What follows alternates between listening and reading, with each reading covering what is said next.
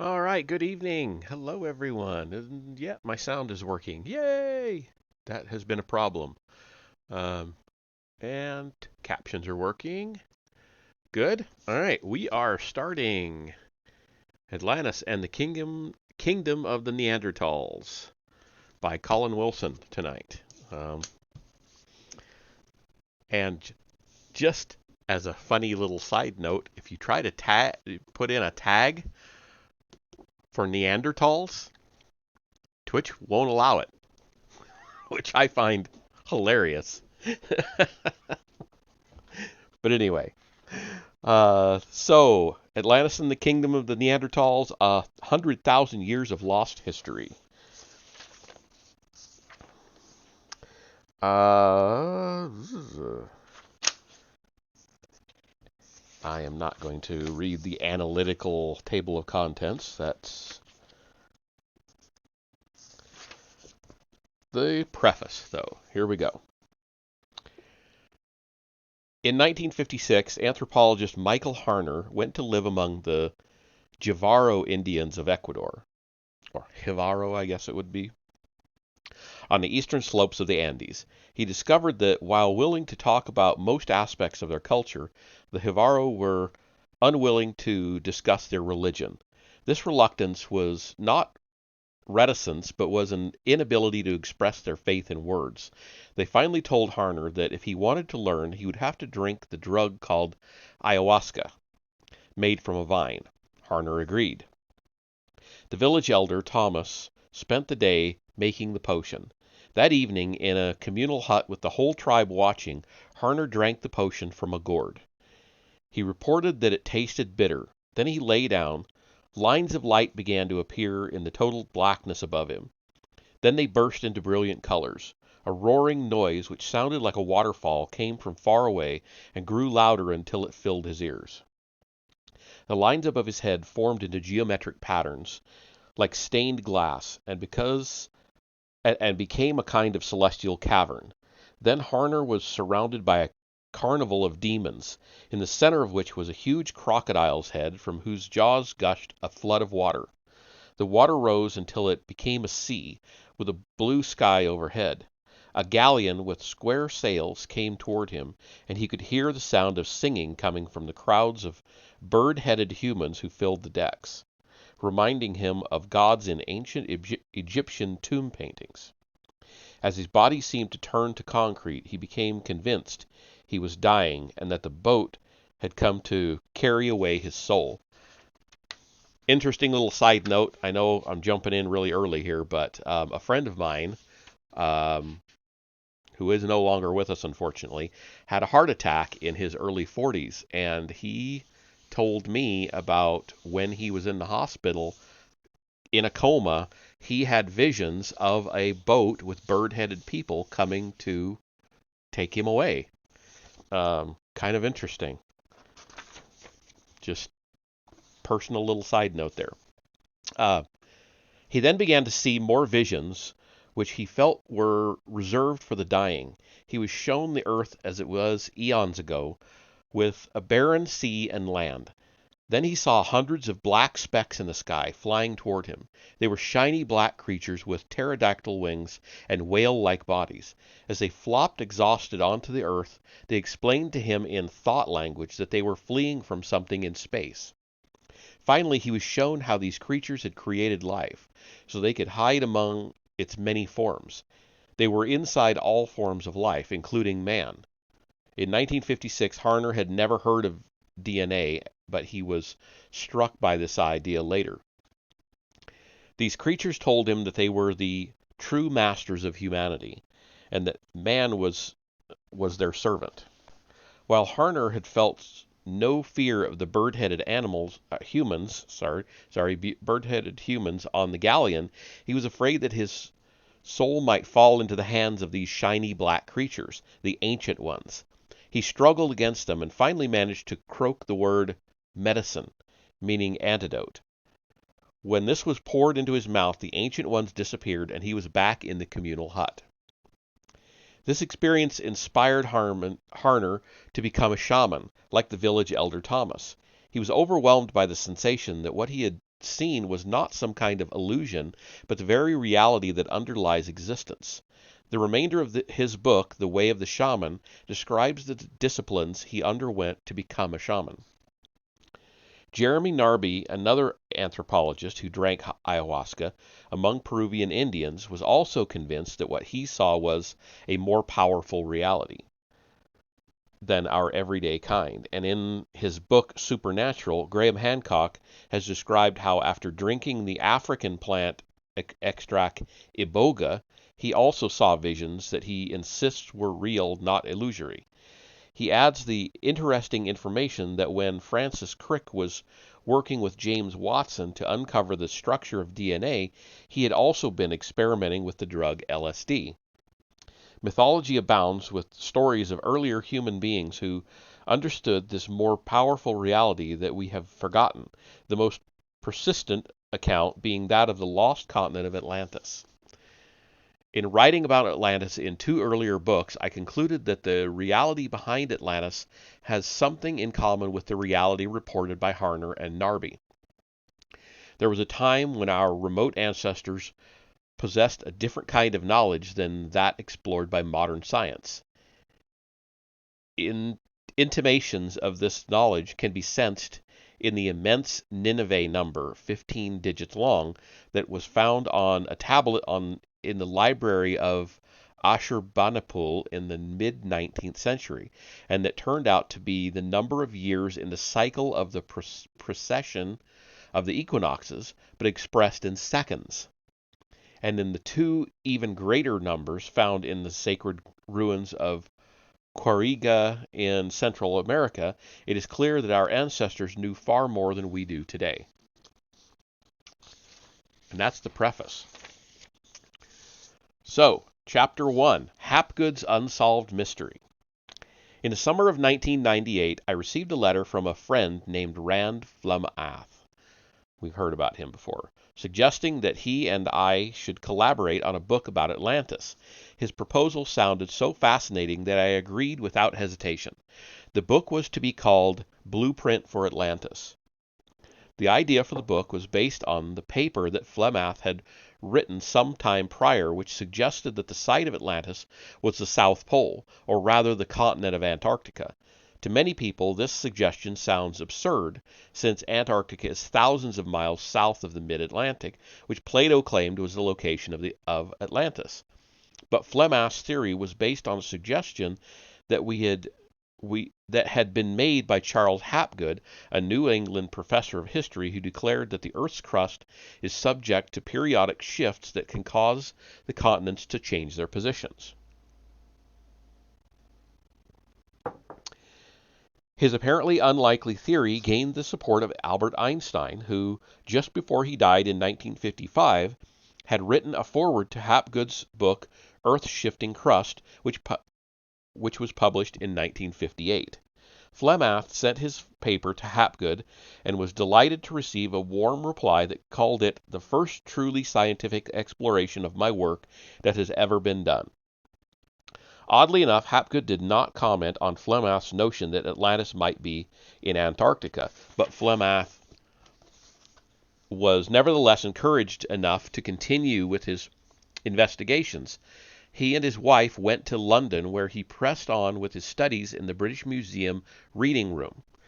In October 1982, Flemath wrote to Hapgood to update him on his progress with the shifting crust theory, and in reply received a letter that left him staggered. Hapgood stated that he had recently made some exciting discoveries that showed that civilization with a highly developed level of scientific knowledge was at least 100,000 years old. He said that he intended to publish his discoveries in a new edition of his book, Earth's Shifting Crust. It has been generally accepted that civilization started in the Middle East about 10,000 years ago, in approximately 8,000 BC, not 100,000 years ago. But Hapgood had written to Flemath of a whole new cycle of civilization. In other words, a civilization that existed before our present one. It sounded like science fiction. But Hapgood had always been a sober, hard-working professor of history without even a touch of the crank in his character. Understandably, Flemeth was excited and wrote to Hapgood, saying in effect, "Quickly, tell me, tell me." His letter was returned a month later, stamped "deceased." Hapgood had walked in front of a car and had been killed. Flemeth then tried hard to solve the mystery of the exciting discoveries. He visited the Hapgood archives at Yale, but left empty-handed. He wrote to all Hapgood's relatives and to many of his friends, asking if Hapgood had mentioned his discoveries to any of them. No one could help him, and finally he gave up. The question then became, was it worth continuing to try to solve this mystery and include the results in our Atlantis book, and could I fare any better than Flemeth had with the search? I decided to go back to Flemeth's starting point, Hapgood's 1958 book, Earth-Shifting Crust, to see what I could discover. Hapgood began the book with the question, is there any proof that the Earth's crust has slipped?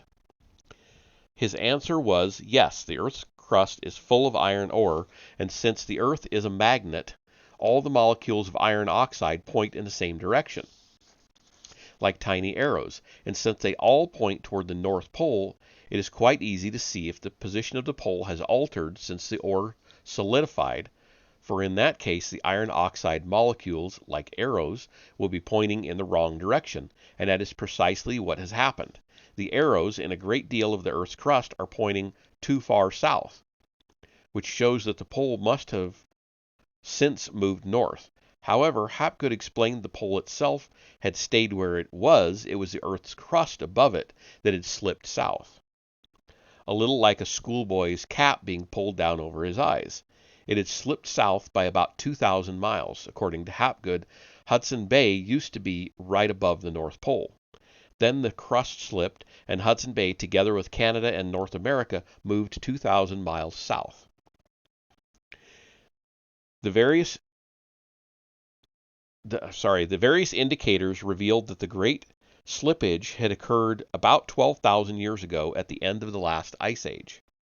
Hapgood also noted the fact that Plato in Timaeus had pointed to the date at the time when Atlantis was destroyed in a day and a night.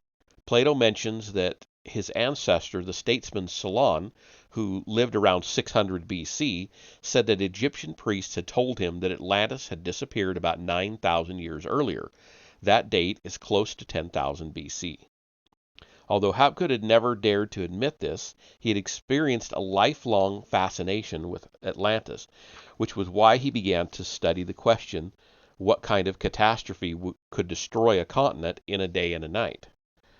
A possible answer came to him when the washing machine in his kitchen malfunctioned.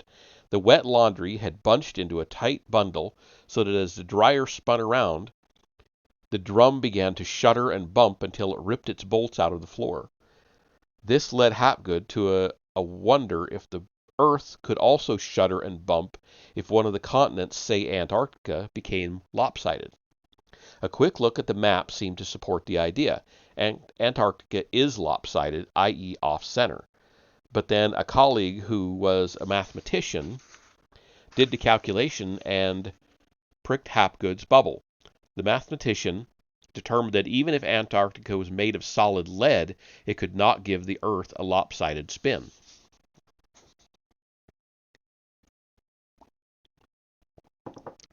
But Hapgood pressed on. When he discovered the iron ore evidence proving the Earth's crust had slipped, he felt he had found the basic solution. The Atlantis catastrophe had occurred because the Earth's crust had moved, creating roughly the same effect as a movement of the San Andreas Fault, but one of 1,000 times greater force. Hapgood had no idea why the crust had slipped. Perhaps it was the result of the impact of a giant meteor. All he knew was that it had. Considering all this, Flemeth felt that to include this material in the book we were writing, some evidence was needed to convince non-geologists. He stumbled on this by accident when his wife brought home a library book called Archaeoastronomy in Pre-Columbian America by Dr. Anthony Aveni. In the book, Flemeth found a vital clue that no fewer than 50 different religious sites in Mexico seem to be misaligned from true north. For example, Mexico's most famous religious site is Teotihuacan, formerly called Tenochtitlan, a city that was once as large as ancient Rome. This site includes a long avenue running north to south, known as the Way of the Dead. But for some odd reason, it does not run precisely from north to south. It is 15.5 degrees off true north. When Flemath learned that 49 additional sacred sites were similarly misaligned, he began to feel that he was onto something. He took a tape measure and tried extending the Way of the Dead in a straight line. The line passed through Hudson Bay. What this appeared to mean was that when Teotihuacan was first built, the Way of the Dead pointed due north. Then the Earth's crust had slipped, taking Teotihuacan and the Way of the Dead with it, but twisting it sideways slightly as it did so that it now pointed 15.5 degrees away from true north. The same thing had apparently happened to 49 other religious sites, which seemed to rule out the possibility that the architect of Teotihuacan was drunk when he designed the site. The implications of this insight are hair-raising.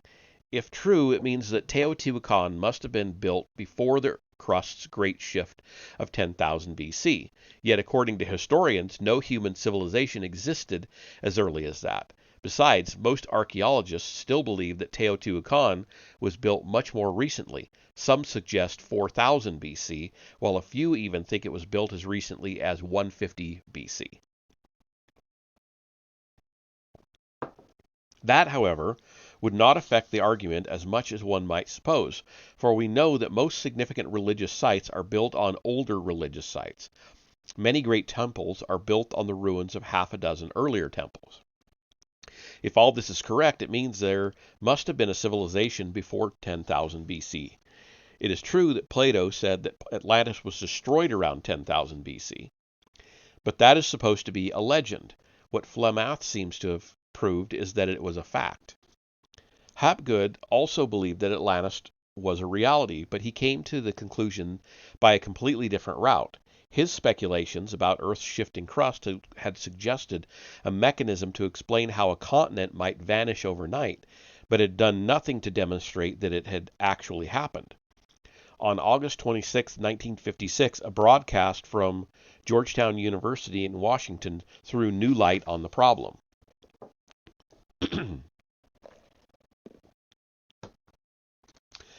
A panel of experts was arguing about the so-called Piri-Reis map, which had been found in the Topkapi Palace in Istanbul in 1929.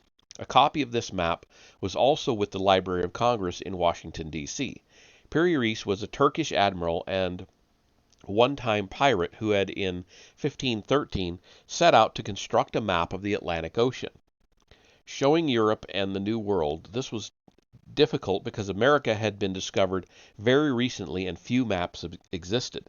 Piri-Reis reported relying on many old maps, including one used by Columbus. The Piri-Reis map of 1513 showed not only the whole coast of South America in impressive detail, but also a fragment of Antarctica in the extreme south. What was so startling was that, given the fact that the coast of Antarctica had undoubtedly been covered in ice in 1513, and for thousands of years before that, the map showed certain bays on Antarctica's coast. In 1949, an expedition had used radar to penetrate the ice there and show the land underneath. Core samples they took were 6,000 years old, i.e., from 4000 BC. But although civilization existed in 4000 BC, when the Middle East was dominated by the Sumerians, no one had yet invented writing, and a map is useless without writing on it. It looked as if there must have been an even more ancient civilization than any before known to history. Plato's Atlantis began to seem less and less like a myth. Hapgood wrote to the Library of Congress to ask if any more similarly ancient maps were stored there. The library replied that it had hundreds. Such maps were called protolans, which means from port to port. and were used by mariners to sail by the shortest route. The library invited Hapgood to come look at its collection. What he saw took his breath away. Among the dozens of maps laid out on trestle tables, some showed the whole of Antarctica, yet Antarctica was not officially discovered until 1818. These maps meant that ancient mariners must have sailed all around it, but the sailors must also have explored the continent from end to end, for other maps showed Antarctica without the ice, including rivers and mountains in the interior.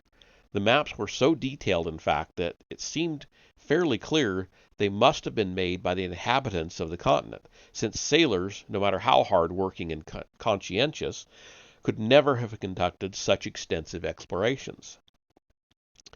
Other maps, which included Russia and China, made it clear that these mysterious explorers must have penetrated nearly every corner of the globe, but who were they?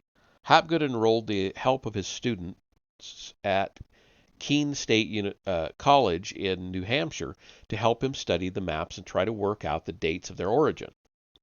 The results were summarized in Hapgood's book Maps of the Ancient Sea Kings, subtitled Evidence of Advanced Civilization in the Ice Age. I might actually have that book. I'll have to look for it. In this book, Hapgood concluded that the old maps proved beyond doubt the existence of a worldwide maritime civilization around 7000 BC. His arguments were all so well documented that no one could seriously doubt that Hapgood had proved the existence of a forgotten civilization. What Hapgood took good care not to mention was the word Atlantis. He wanted to give his fellow academics no chance to dismiss him as a member of the lunatic fringe. Unfortunately, though, an appalling piece of bad luck, this happened anyway. Serious works of scholarship usually take a while to break out of the closed circle of academia and become known to a wider audience. But this slow pace failed to apply to Hapgood because the Piri Reis map was already regarded as the happy hunting ground of cranks. In 1960, 6 years before Hapgood published his book, a book called The Morning of the Magicians by Louis Pauwels and Jacques Bergier became a worldwide bestseller. This argued that the Piri Reis map showed such detailed knowledge of the coast of South America that it could only have been observed from the air by a spaceship, so Hapgood already had a hostile academic audience prepared to dismiss his findings as fantasy. In 1967, the year before the publication of Maps of the Ancient Sea Kings, Hapgood was mentioned with approval in a book called Memories of the Future, written by a Swiss hotelier named Erich von Däniken, translated as Chariots of the Gods. It went on to sell more copies than the Bible. Däniken argued that all the Earth's greatest monuments, from the pyramids to the statues of Easter Island, were built by visitors from outer space. And we can read that book if you want to. I know I have that one. It's a fun book to read, and it's small. The book was full of inaccuracies. Däniken had, for example, multiplied the weight of the Great Pyramid by 5, and then had argued that the Nazca lines in Peru were built as runways for spaceships, when anyone can see that they were merely scratched on the surface of the desert. And Däniken praised Hapgood for asserting that the Piri Reis map must have been based on an aerial photograph taken by these space visitors, which Hapgood certainly hadn't. With that, his last chance of being taken seriously evaporated. Hapgood must have felt bemused. He had written 2 of the most important books of the mid-century, and they had both been dismissed. Earth's shifting crust had run into trouble because his fellow academics objected that Hapgood was not a geologist and said that he had no right to venture outside his field. But Maps of the Ancient Sea Kings was his field, the history of science. It should have made him world famous. Instead, it was ignored or derided. After a period of discouragement, during which he retired from Keene State, Hapgood again took up the problem of the whereabouts of Atlantis. On the Piri Reis map, he had noted an island in the mid-Atlantic, opposite the coast of Venezuela. It has now vanished, but since it appears on 2 other ancient maps, it cannot have been a mistake. Nowadays, all that remains in that location are 2 tiny islands balanced on the mid-Atlantic ridge. They are known as the islands of St. Peter and St. Paul, and they are obviously the tips of submerged mountains. These, Hapgood was convinced, were all that remained of Atlantis. Hapgood continued to hope that someone would back his hunch and go look. He even approached President Kennedy in 1963, hoping the president would send a naval craft to explore the spot. Kennedy agreed to see him. Hapgood had once worked for the Secret Service, but Kennedy was assassinated in Dallas not long before the appointment was due, and when Hapgood's attempts to interest Walt Disney and Nelson Rockefeller also came to nothing, he gave up. This explains why Hapgood never commented on Flemath's theory that Atlantis might have been at Antarctica, because he was convinced that he had already pinpointed the site of Atlantis. Hapgood died in 1989 after being hit by a car, but by then others had taken up the quest where he had left off. One of these was a maverick Egyptologist named John Anthony West, who became convinced that the Sphinx had been eroded by rainfall rather than by wind-blown sand.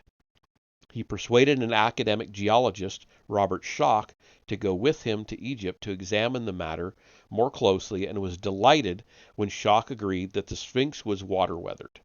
Their conclusion was announced at a conference at the Geological Society of America in 1993, where they convinced many other geologists of their findings, which suggested that the Sphinx was built in 7000 BC, not 2500, as is usually accepted. This date, of course, is the same as that suggested by Hapgood for his worldwide maritime civilization. By this time, I had also become fascinated by the controversy. My interest sparked by a request by film producer Dino De Laurentiis to write a film script about Atlantis. As a result, I met John Anthony West in New York and learned that 2 other writers were working on the same subject.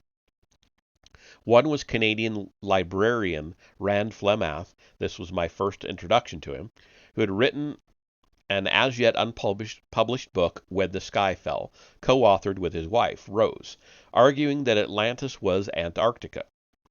The other was Graham Hancock, who was writing a book called Fingerprints of the Gods, whose thesis was that civilization is many thousands of years older than historians believe. I contacted them both, and when Flemath told me that he could not find a publisher for his When the Sky Fell, I offered to read it and write a preface for it. Perhaps this did the trick, as the book was soon thereafter accepted for publication. Graham Hancock also sent me a warm reply, followed by the typescript of the original version of his book. My first reaction was to wonder whether Graham had left me anything to write about, but I soon noted important points that he had left uncovered, such as ancient India, and I returned to planning my own book, which I was then calling Before the Sphinx. Graham's Fingerprints of the Gods appeared in the spring of 1995 and became an instant bestseller, making him a millionaire. The Flemath's book, which had appeared a few months earlier, was also warmly received, although it had nothing like the same impact. My own book, the title of which had been changed to From Atlantis to the Sphinx, came out in May 1996 and sold out its first printing before publication. One result was that in September 1996, I was invited to a symposium on ancient knowledge at the University of Delaware. Hancock, West, and Schoch were also there. So was Robert Bovell, a Belgian engineer whose remarkable book, The Orion Mystery, had thrown a completely new light on the Atlantis problem. In the Cairo Museum, Bovell had seen an aerial photograph of the pyramids of Giza and had idly noted their oddly unsymmetrical arrangement on the ground. The 2 main pyramids, Cheops and Chephren, were arranged, so to speak, in a line, but the smallest pyramid, Menkaure, had slipped well out of the line. That seemed odd for builders as obsessed with symmetry as the Egyptians were. And there is an illustration here, I think I'll go ahead and show, titled The Giza Pyramids and the Constellation of Orion.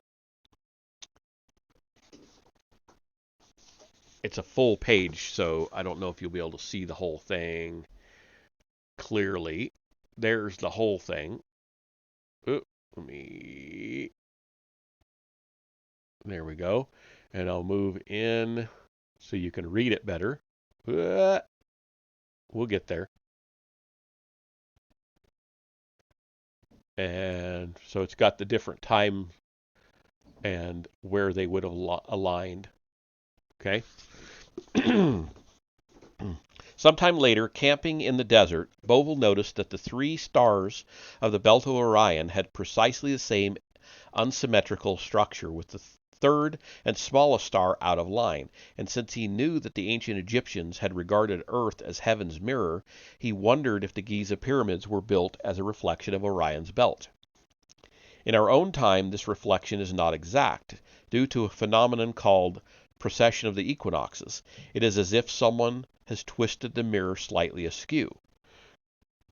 Bovell consulted his computer and discovered that the last occasion when the stars and pyramids reflected each other was about 10,500 BC.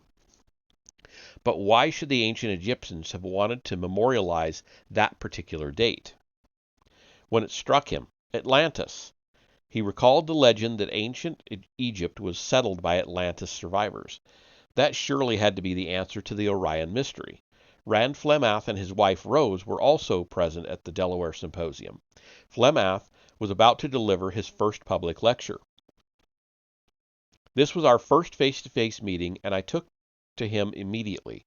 He was a bullet-headed, bearded man who gave an impression of strength and determination, yet made me feel oddly protective, perhaps because he reminded me of my younger brother, Barry. Rose, who was writing a novel, was a charming and intelligent girl, and I could see they formed an ideal partnership. That weekend, I was approached by a producer of TV programs named Roel Oostra, who wanted to know if I could act as the presenter of a program called The Flood. This would maintain that the Great Flood recorded in so much ancient literature was the catastrophe that destroyed Atlantis. If I accepted, I would have to travel to Mexico, Egypt, and South America. Being a typical Cancer, I hate travel, but my wife, Joy, loves it, so I agreed to go if I could take her. Roel agreed, provided I paid her fares myself. The first leg of the journey to the tar pit of La Brea in Los Angeles, and then to the Library of Congress in Washington, would only make a weekend, so I went alone, and to my delight I met Flemath again at the Library of Congress, and was confirmed in my view that he was one of the nicest people I had ever met. As I finally said goodbye to him on my way to the airport, I felt a twinge of sadness at the thought that I might never see him again, given that I lived in England and he in Canada. The program took 6 months to make and was broadcast in the spring of 1998. I wondered if Flemath had seen it and emailed to ask him. When he replied that he hadn't, I sent him a copy. It was a few weeks later that I then received a letter from him asking if I would be willing to collaborate on his book about Atlantis, which would eventually be called The Atlantis Blueprint. His letter was accompanied by a magazine article he had published about his theory. The theory, quite simply, was that before the great Atlantis catastrophe, ancient scientists had become aware from volcanic eruptions that the Earth's crust was beginning to split and drift. Aware that this had happened before, they constructed markers at various points along the lines of strain so they would be able to anticipate disaster. These markers were laid out symmetrically all over the Earth's crust, for the Atlanteans had a worldwide civilization. After the catastrophe, which Flemath, like Plato, dated to 9600 BC, later civilizations discovered the markers and assumed they had been placed there by gods or superhuman beings, so they treated them as sacred sites and built temples on them. which is why sacred sites are placed so symmetrically all over the world. This later element was the essence of Flemath's theory. He concluded that sacred sites have been built in certain definite latitudes and longitudes, and often in a grid pattern. The patterns are evidence that the Earth was once covered by a great pre-Atlantean civilization. The latitudes and longitudes are in round figures like 50, 40, 25, 10, and so on. Our modern measurements disguise this, for they might give the longitude of a sacred site as 127 minutes, 153 seconds. I guess I'm reading that right. But all we have to do is to measure from the Great Pyramid, which Flemath believed the ancients used as their line of 0-degree longitude, and we immediately see that other sacred sites, say Delphi or Teotihuacan, fall into neat, round figures. I was totally convinced and agreed to collaborate with Flemath. Our first task was to find a publisher and get the book commissioned. I approached Bill Hamilton, who was Graham Hancock's agent, and he suggested that we should do a series of presentations. Flemath and I would go to various publishers and give short lectures, accompanied by slides presenting the blueprint theory.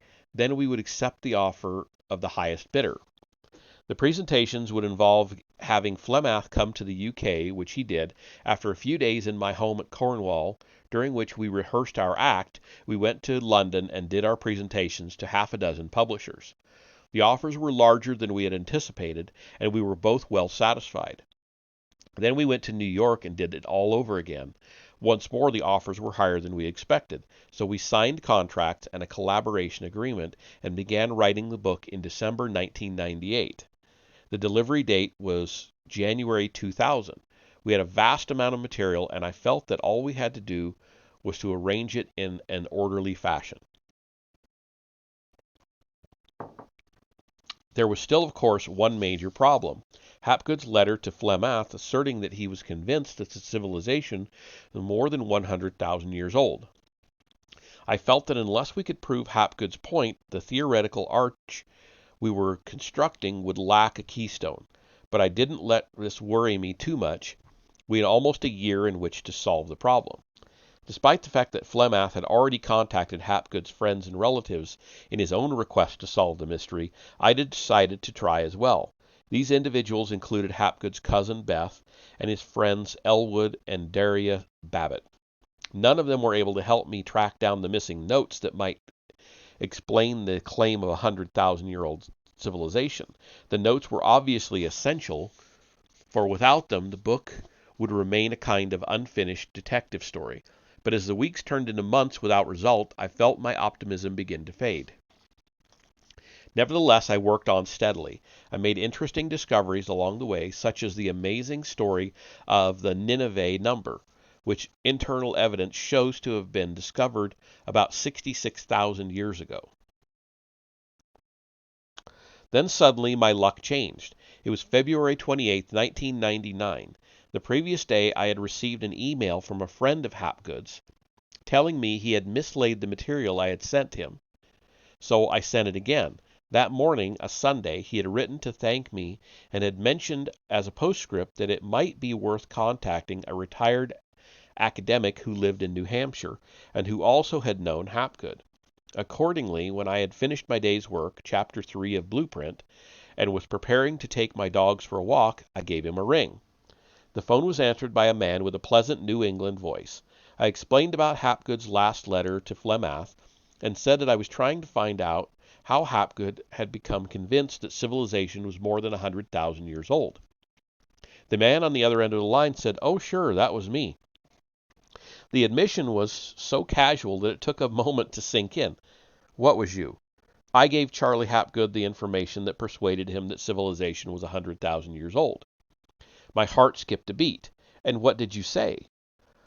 Well, to begin with, I told him that Neanderthal man had calculated the equivalent of Tom's megalithic yard, and what made you think so? Lots of things. To begin with, the Lacina disc, the disc en calcaire, I think that's the thing they found what was it, in the ocean off the coast of Greece. It's the brass. They don't really know what it is. Sometimes they call it the first computer. The astronomer Alexander Thom had claimed that megaliths all over the world were built using the same basic measurement, the megalithic yard.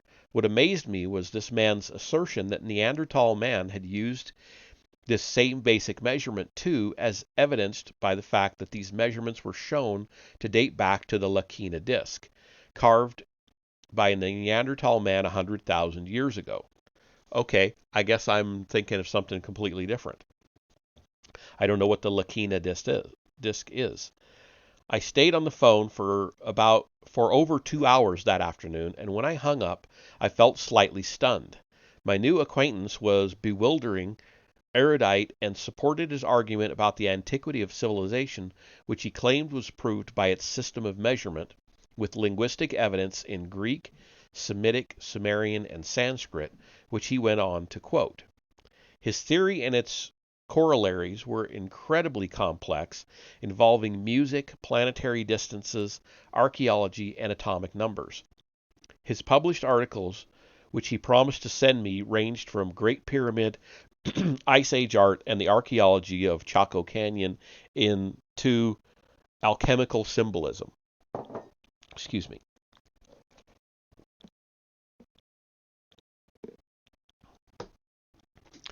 Although much of what he said was above my head, much of it made sense. For an old friend of mine, the psychologist Stan Gooch, had written a book called Cities of Dreams. This book had argued that Neanderthal man was a highly intelligent creature who had created his own civilization. It had left me in no doubt that Neanderthal was far more intelligent than we have given him credit for, while the claim that ancient measurements proved the existence of some great civilization. I don't know what he means by that. He just tacked "UR" onto the front of the word civilization and hyphenated it. Some great civilization had been argued in a remarkable book called Historical Metrology by A.E. Berriman in 1953.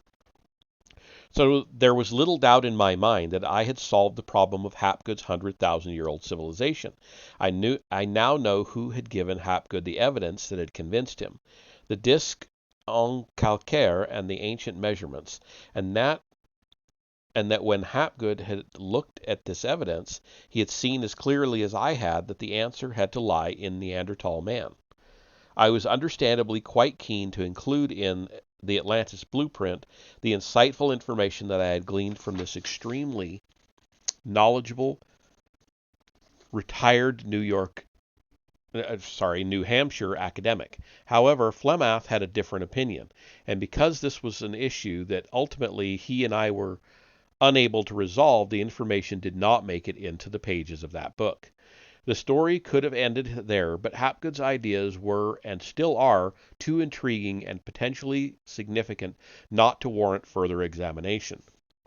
Indeed, in the 6 years that have elapsed since publication of the Atlantis blueprint, even more evidence of the high level of intelligence of Neanderthal man has arisen, strengthening Hapgood's supposition and the arguments that Stan Gooch presented in Cities of Dreams.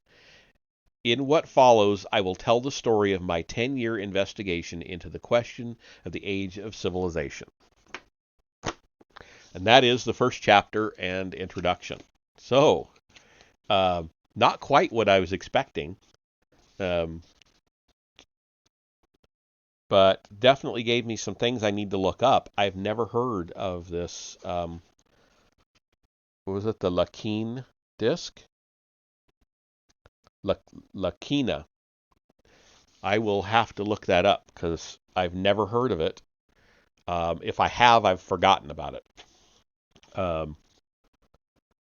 So yeah, and a few books to look up too. I might have a few of them in all the stuff I've gathered in electronic format. I have so much I've forgotten what I have. So I will look for those. And yeah, that'll be the end of this session.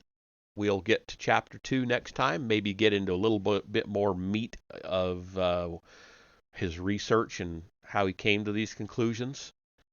I hope. But yeah, we will see you all in about 15 minutes for some Fallout 3.